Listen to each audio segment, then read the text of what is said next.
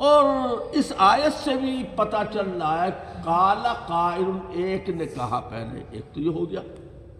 پھر قالو جمع ہے، کم از کم 3 مراد ہوتے ہیں، 3 نے کہا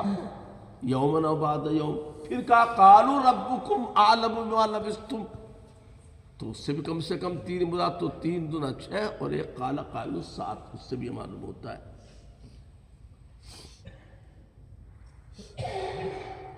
اب یہ کہنے لگے کہ بھئی بحث کو تو چھوڑو، کتنے دن رہے، اللہ جانے کتنے دن سوئے، بس اب لگی ہے بھوک۔ نیند سے جب آنکھ کھلتی ہے وہ تو لمبی مدت تک سوئے، 309 برس تک تو بھوک کا احساس ہوا۔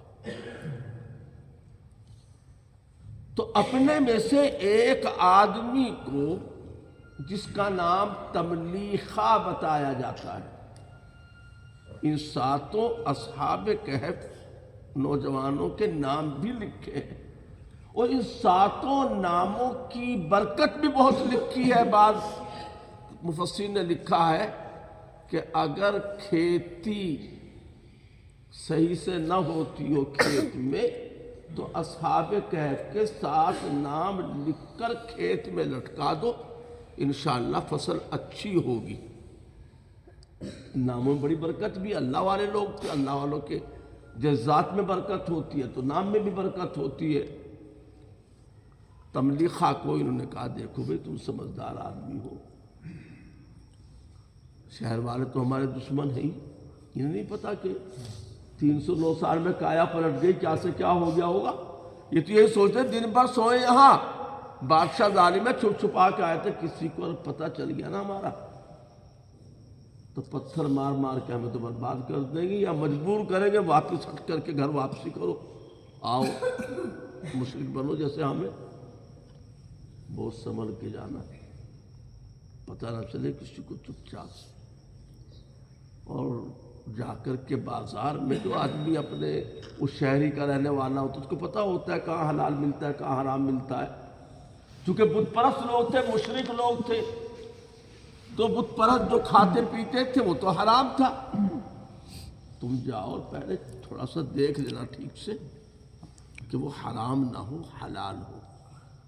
یہ پیسے رکھو، پیسے ان کے پاس اسی زمانے کے تھے جب 309 سال پہلے گاؤں چھوڑ کر گھر چھوڑ کر گئے تھے۔ اس سے ایک بات یہ معلوم ہوگی کہ جب آدمی کہیں گھر سے باہر جائے تو تھوڑا بہت اپنے ساتھ خرچہ پانی جیب میں ڈال کے جائے۔ ارے میاں نکلو اللہ کے راستے میں، اللہ کھلائے گا، نہ نہ نہ، باہر جاؤ تو کچھ نہ کچھ نان و نفقہ، کھانے پینے کا کچھ زیادہ راہ، تھوڑے بہت کچھ پیسے، پتہ نہیں کس برے وقت میں کام آ جائے۔ یہ توکل کے خلاف نہیں ہے، یہ توکل کے خلاف نہیں ہے، یہ اللہ پر بھروسے کے خلاف نہیں ہے۔ چنانچہ یہ لوگ بھی کچھ سکے، کچھ اس وقت کے جو نقدی روپے تھے اپنے ساتھ لے کر گھر چھوڑ کر کے گئے تھے۔ آگے قصہ مفسرین نے لکھا ہے تفصیل کے ساتھ میں۔ چنانچہ یہ آئے تملیخہ، کسی ہوٹل پر کھانے کی دکان پر پہنچے، وہاں سے کھانا لیا، کھانا لے کر کے سکہ دیا۔ کہاں سے لیا بھائی، یہ تو بہت پرانا لگ رہا، اس وقت چلتا ہی نہیں تھا روپیہ، لگتا ہے اس کے کہیں خزانہ ہاتھ لگ گیا پرانا، اس میں سے لائے 2 سکے نکال کے۔ اب باتیں ہونے لگی، کانا پھوسی ہونے لگی، بالآخر لوگوں نے بادشاہ جا کے شکایت کر دی، 300 پرانے سال سکے ہیں اس کے پاس میں، لگتا ہے اس کے پاس خزانہ مل گیا، 300 سال پرانا خزانہ دبا ہوا۔ اب بادشاہ کے پاس جو شکایت پہنچی تو شاہی خزانے میں تختی لکھی ہوئی رکھی تھی، جو اس وقت کے بادشاہ نے چاہے تو اس لیے لکھوا کے رکھ دی تھی کہ یہ ہمارے مجرم ہیں، اور ان کے نام لکھ دیے تھے کہ یہ مجرم جہاں بھی ملے وہاں ان کو پکڑ لیا جائے، یہ کہ کچھ لوگ حکومت میں ایمان والے تھے، انہوں نے یادداشت کے طور پر ان نوجوانوں کے نام لکھ کر کے رکھ دیے تھے، وہ نام لکھے ہوئے تھے، تاریخ بھی لکھی ہوئی تھی، کب سے فرار ہوئے تھے، کب سے گھر سے نکلے تھے، اسی زمانے کا یہ سکہ تھا۔ بادشاہ نے پوچھا، بات چیت کی، تبلیغ خاصن نے کہا کہ ہم 7 لوگ ہیں، اس طرح ہم غار میں پناہ لیے ہیں۔ بادشاہ نے اس کے لیے دعا کی ہی تھی، چنانچہ اپنے بہت سارے ساتھیوں کو لے کر بادشاہ غار پر پہنچے۔ اس سلسلے میں 2 روایتیں آتی ہیں، مفسرین نے کئی علماء کے اقوال ہیں۔ ایک قول یہ ہے کہ تبلیغہ نے بادشاہ اور ان کے ساتھیوں کو باہر روکا، پہلے میں ساتھیوں سے جا کر کے بتا دوں صورتحال، وہ سمجھیں گے دشمنوں نے ہم پر حملہ کر دیا، ظالم لوگ پھر چڑھائے ہمارے اوپر۔ میں بتا دوں کہ اب صورتحال بدل چکی ہے، اب کا بادشاہ جو ہے ترتوس اس کا نام تھا، کہ اب وہ ترتوس شہر کا نام تھا، اب نیا نام شہر کا جو تھا، اور جو بادشاہ تھا اس کا نام بیدوسس اس کا نام تھا، تاکہ انہیں کوئی خوف نہ ہو آپ لوگوں سے۔ چنانچہ انہوں نے جا کے بتایا، تب یہ لوگ اندر گئے، اصحاب کہف سے ملے۔ جب وہ باہر آئے اور بادشاہ سے کہف والے غار والے لوگ ملے، اور ملنے کے بعد میں پھر انہوں نے کہا اچھا اب ہم کو اجازت دیجیے، ہم تھوڑا لیٹیں گے، آرام کریں گے۔ اندر جا کے لیٹے، پھر اللہ پاک نے ہمیشہ کے لیے موت طاری فرما دی۔ پہلی تو نیند تھی 309 برس تک، اب اللہ پاک نے حقیقی موت ان کو دے دی۔ جب ان سب کی وفات ہو گئی تو اب ان لوگوں میں جو سلطنت کے لوگ تھے آپس میں بات چیت ہونے لگی، بھئی ان کی تو کوئی یادگار بننی چاہیے یہاں۔ کسی نے کچھ کہا، کسی نے کچھ کہا، کسی نے کچھ رائے دی، لیکن جو ارباب حکومت تھے، اصحاب اثر تھے، جن کا غلبہ تھا، انہوں نے کہا بھئی ہم نے کر لیا فیصلہ، ہم بنائیں گے یہاں مسجد۔ چنانچہ مسجد بنائی گئی۔ اس سے ایک بات تو یہ معلوم ہوئی کہ بزرگوں کی یادگار میں یا ان کی قبر کے قبرستان کے آس پاس اگر مسجد بنا دی جائے تو یہ کوئی ناجائز عمل نہیں ہے، قرآن مجید سے اس کا ثبوت ملتا ہے۔ دوسری بات، مسجد بنانے کی رائے یوں ذہن میں آئی تاکہ آنے والے وقتوں میں لوگوں کو پتہ چلے کہ جن کی یہاں قبریں ہیں وہ توحید پرست تھے، مشرک نہیں تھے، اللہ ہی کو ماننے والے، اسی کی صرف عبادت کرنے والے تھے، اس لیے مسجد۔ اور جہاں پر یہ روایت آتی ہے کہ اپنے گھروں کو مسجد نہ بناؤ، حضور نے فرمایا کہ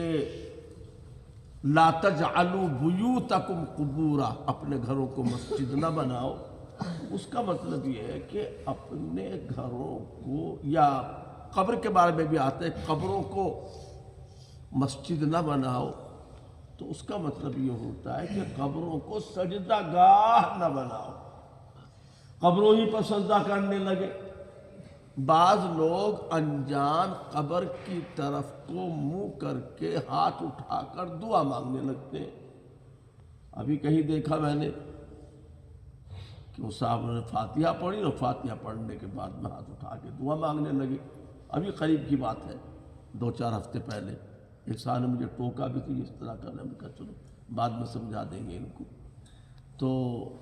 اگر آپ کو دعا مانگنی ہے تو قبر کی طرف پیٹھ کرو،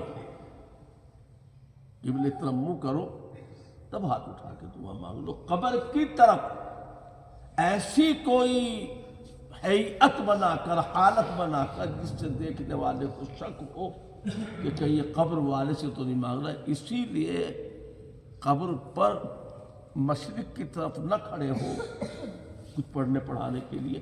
بلکہ مغرب کی طرف کھڑے ہو، اس کا چہرہ مشرق کی طرف ہو۔ اگر ادھر کھڑا ہوگا، قبر سامنے ہوگی، تو شبہ ہو سکتا ہے دیکھنے والے کو کہ قبر کو سجدہ کر رہا ہے، قبر کے سامنے نماز پڑھ رہا ہے، اسی لیے قبرستان میں نماز پڑھنا بھی منع ہے، ورنہ یہ تھوڑی کہ قبرستان کی زمین ناپاک ہے وہاں پڑھ نہیں سکتے۔ حضور نے فرمایا کہ پوری زمین جعلت لی الارض طہورا، پوری زمین میرے لیے پاک بنا دی گئی ہے، تو قبرستان کی زمین بھی پاک ہے، وہاں اسی لیے نہیں پڑھ سکتے کہ اگر قبر سامنے ہوئی یا کچھ اٹھی ہوئی مٹی سامنے ہوئی تو لوگ سمجھیں گے کہ یہ قبر کو سجدہ کر رہا ہے، اس لیے منع کیا گیا۔ اب ترجمہ آخر تک پڑھ لی، سن لیجئے۔ فَبْعَثُوا أَحَدَكُمْ بِوَرِقِكُمْ هَٰذِهِ إِلَى الْمَدِينَةِ، تو بھیجو تم اپنے میں سے کسی کو اپنا روپیہ دے کر اس شہر کی طرف، فَلْيَنْظُرْ أَيُّهَا أَزْكَىٰ، تاکہ دیکھ لے وہ أَيُّهَا أَزْكَىٰ کہ کون سا کھانا صاف ستھرا ہے، مراد اس سے حلال ہے۔ فَلْيَأْتِكُمْ بِرِزْقٍ مِّنْهُ، تو لے کر آئے اس میں سے کھانا تمہارے لیے، وَلْيَتَلَطَّفْ، اور اسے چاہیے جانے والے کو نرمی برتے، بعض ترجمہ کیا، خوش تدبیری اختیار کرے، یعنی ایسا نہ ہو کہ کہیں جا کر لوگوں سے لڑنے لگے، تو میں کرنے لگے تو ہمارا رات پاس ہو جائے گا۔ نرمی سے بات کرے، کوئی بات سخت سے کرے تو نرمی سے بات کر کے، تاکہ کسی کو یہ تو یہ سمجھ رہے کہ ہمارے دشمن ہیں وہاں پر۔ وَلَا يُشْعِرَنَّ بِكُمْ أَحَدًا، اور نہ خبر کر دے یہ تمہاری کسی کو، لڑ کر کے کچھ خبر ہو جائے، پہنچا دے لوگوں کو اطلاع ہو جائے، اس سے بچے۔ إِنَّهُمْ إِن يَظْهَرُوا عَلَيْكُمْ، بے شک اگر وہ لوگ غالب آ گئے تم پر، ایک ترجمہ تو یہ ہے جو لفظوں کے اعتبار سے، دوسرا ترجمہ ہے إِنَّهُمْ إِن يَظْهَرُوا عَلَيْكُمْ، کہ اگر ظاہر ہو گیا ان کے اوپر، یعنی اطلاع ہو گئی ان کو ہماری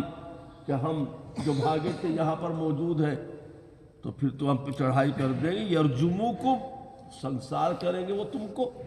او یعیدوکم، یا واپس کر لیں گے تم کو، فی ملتہم، اپنے ہی ملت میں، وَلَن تُفْلِحُوا اِذًا أَبَدًا، اگر ایسا کچھ ہو گیا، ہم مار دیے گئے، پتھر سے ہلاک کر دیے گئے، واپسی اسی مذہب میں جو ان کا ہے اس میں ہم کو لے جایا گیا، تو یہ تو ہماری بڑی ناکامی ہوگی۔ لَن تُفْلِحُوا اِذًا أَبَدًا، اس وقت ہم کامیاب نہیں ہوں گے، بڑے ناکام ہو جائیں گے۔ وَكَذَلِكَ أَعْثَرْنَا عَلَيْهِمْ، وہ بیچ کا واقعہ میں نے سنا کہ بادشاہ تک بات پہنچ گئی، اس طرح ہم نے مطلع کر دیا ان کے اوپر، لوگوں کو اطلاع ہو گئی، بادشاہ تک بات پہنچ گئی۔ لِيَعْلَمُوا أَنَّ وَعْدَ اللَّهِ حَقٌّ، تاکہ لوگ جان لیں کہ اللہ کا وعدہ برحق ہے۔ وَأَنَّ السَّاعَةَ لَا رَيْبَ فِيهَا، اور بے شک قیامت، لا ریب فیہا، اس میں کوئی شک نہیں، کوئی دھوکہ نہیں، اس لیے جگایا ان کو جو 309 سال کے بعد جگا سکتا ہے، تو وہ 1000-2000 سال کے بعد بھی قبر سے زندہ اٹھا سکتا ہے۔ اذ یتنازعون بینہم امرہم، وہ وقت بھی یاد کرو جب جھگڑ رہے تھے وہ لوگ آپس میں ان کے معاملے میں کہ بھئی اب انتقال ہو گیا، اب کیا کرنا چاہیے، یہاں غار میں دوبارہ انتقال پا گئی، تو فَقَالُوا ابْنُوا عَلَيْهِمْ بُنْيَانًا، تو لوگوں نے کہا کہ کوئی عمارت بنا دو یادگار، کچھ لوگ ہوتے کوئی ہسپتال بنا دو، مسافر خانہ بنا دو، رفاہی فلاحی عمارت بنا دو، لوگوں کے اٹھنے بیٹھنے کی جگہ بنا دو، کچھ لوگوں نے یہ رائے دی، لیکن ربہم اعلم بہم، ان کا رب خوب جانتا ہے ان کو کہ کون کس نیت سے بول رہا ہے۔ قال الذین غلبوا علی امرہم، کہا ان لوگوں نے جن کا معاملہ غالب تھا، یعنی جن کی بات چلتی تھی، جو چودھری تھے، شاہانے جو بادشاہ تھے، والیان حکومت تھے، غالب جو لوگ تھے، قال الذین غلبوا علی امرہم، تو کہا ان لوگوں نے کہ غالب تھے ان کے کام پر، لَنَتَّخِذَنَّ عَلَيْهِمْ مَسْجِدًا، ہم ضرور بنائیں گے ان کے اوپر ایک مسجد۔ چنانچہ اصحاب کہف کی یادگار مسجد وہاں پر بنائی گئی۔ یہ سلسلہ چند آیتوں تک اور ہے اصحاب کہف کا، اور اصحاب کہف کو دو ناموں سے یاد کیا گیا، اصحاب کہف اور اصحاب رقیم۔ سلمانا ام حسبت ان اصحاب الکہف والرقیم کانوا من آیاتنا عجبا، یہ کہف والے بھی تھے یعنی غار میں بھی تھے، اور رقیم، ان کو رقیم والے اس لیے کہتے ہیں، ان کے نام کی تختی، رقیم کے معنی مرقوم، لکھی ہوئی تختی تھی ان کے نام کی، ان کو اصحاب رقیم بھی کہتے تھے۔ پورے واقعے کا جو خلاصہ آپ کے سامنے آئے گا میں اس کو عرض کر دوں۔ پورے اصحاب کہف کے واقعے کو بیان کرنے کا، سنانے کا مقصد یہ ہے کہ طاقت دنیاوی، مادی، مالی ہمیشہ نہیں رہتی، ایمانی طاقت ہمیشہ اسی کو کامیابی ملتی ہے، اور اخیر میں ایمانی کامیابی ہی کامیابی کی کنجی بنتی ہے، جیسا کہ یہاں پر ہوا۔ جو بیچ میں تھے مشرک، بت پرست لوگ، ظالم، وہ بے نام و نشان ہو گئے، اور ایمان والے اصحاب کہف، ان کا نام آج بھی زندہ ہے، اور ان کے نام کی یادگار مسجد بھی وہاں پر قائم کی گئی۔ اللہ تعالی ہمیں بھی ان نوجوانوں کی طرح ایمان میں پختہ فرمائے، مضبوط بنائے، ایمان پر ٹکنے والا بنائے، اور مادی